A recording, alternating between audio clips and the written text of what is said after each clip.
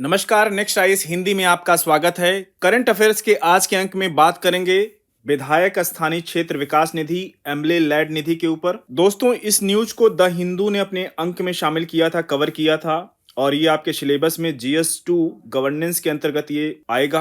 अब न्यूज को देख लेते हैं, न्यूज क्या थी। दोस्तों, न्यूज ये थी, दिल्ली के विधायकों के लिए विधायक स्थानीय क्षेत्र विकास निधि, इसको फुल फॉर्म बोलते हैं member legislative assembly local area development, MLA LAD को ये बोला जाता है। और निधि को 4 करोड़ रुपए से बढ़ाकर 7 करोड़ रुपए कर दिया गया है। ध्यान रखिएगा, जब जब भी एमएलए लैड पर या एमपी लैड्स पर कोई न्यूज आती है तो उस साल यूपीएससी क्वेश्चन पूछता है। 2020 में एमपी लैड्स पर क्वेश्चन पूछा था यूपीएससी ने। क्यों? क्योंकि न्यूज बनी थी। कोरोना काल में सरकार ने ये घोषित किया कि अभी हमारे सामने बहुत बड़ी चुनौती है, स्वास्थ्य बड़ी समस्या है और ना जाने पैसा कहाँ खर्च किया जाने की आवश्यकता पड़ सकती है।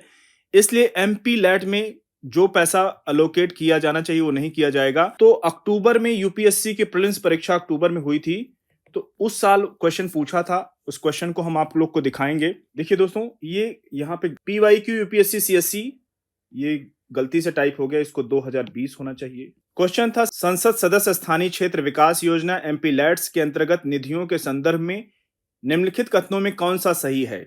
4 कथन दिए गए हैं, नीचे दिए गए कोड का प्रयोग कर सही उत्तर चुनिए। तो इस क्वेश्चन का उत्तर आप लोग दीजिएगा। दोस्तों, संसद स्थानीय क्षेत्र विकास member of parliament local area development निधि की तर्ज पर विधायकों को उनके निर्वाचन क्षेत्रों में विकास परियोजनाओं को पूरा करने के लिए एमपी लैड निधि आवंटित की जाती है। सांसद स्थानीय क्षेत्र विकास योजना जो एमपी लैड है दोस्तों, ये क्या है? इसकी शुरुआत 1993 में हुई थी।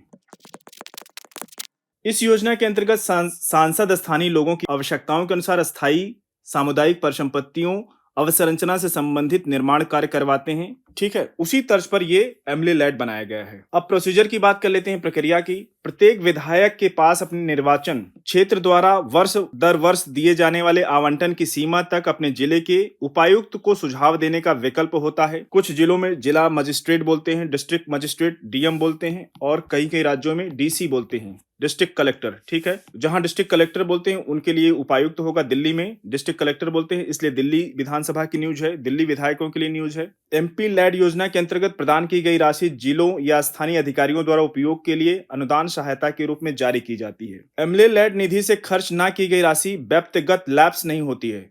दोस्तों याद रखिएगा, एमपी लैड्स में अगर आपने कोई सांसद ने खर्च नहीं किया उस वर्ष तो वो लैप्स हो जाएगी और अगले वर्ष के लिए कैरी फॉरवर्ड नहीं होगी। लेकिन इसके उलट एमएलए लैड में ये कैरी फॉरवर्ड हो जाती है। ध्यान से देखिए, अगले वित्तीय वर्ष में विधायक को आवंटित कर दी जाती है। ये बेसिक अंतर है, ध्यान से पढ़िएगा, इसको क्वेश्चन बन सकता है। अब जान लेते हैं कि इस निधि की विशेषताएं क्या है। इस योजना के अंतर्गत होने वाले कार्य स्थानीय रूप से महसूस की जाने वाली आवश्यकताओं के आधार पर विकासात्मक प्रकृति के, डेवलपमेंटल नेचर के होने चाहिए। इस डेवलपमेंट में क्या क्या शामिल हो सकता है, लिखते चले आप लोगों के लिए। सड़कों का निर्माण या पार्क का निर्माण, आप देख लें ये पार्क की फोटो है। और स्ट्रीट फर्नीचर, ठीक है, रोड के किनारे जो फर्नीचर होता है ये देख रहे हैं आप। सुरक्षा व्यवस्था और जैसे आवासीय क्षेत्रों के लिए गेट लगाना और स्थानीय कार्य करवाना शामिल है। कृपया ध्यान दें कि एमएलए लैड फंड का उपयोग विभिन्न राज्यों में थोड़ा भिन्न भिन्न हो सकता है दोस्तों, क्योंकि हर राज्य की अलग अलग व्यवस्था होती है। और विशेषताओं में बात करें तो कार्य को एक वित्तीय वर्ष के भीतर पूरा किया जा सकता है। टिकाऊ संपत्तियों के निर्माण की ओर ले जाना चाहिए, जिसकी चर्चा हम लोगों ने पीछे स्लाइड में कर चुके हैं। यह ग्रामीण और शहरी दोनों क्षेत्रों पर लागू होता है। देखिए, ये योजना जो है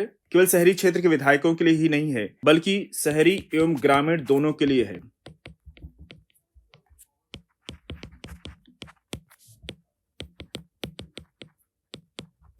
ठीक है दोस्तों, आज के अंक को यहीं पर समाप्त करेंगे। मिलते हैं नेक्स्ट अंक में कुछ और ज्वलंत मुद्दों के साथ। तब तक जुड़े रहिए नेक्स्ट आईएएस के साथ। धन्यवाद।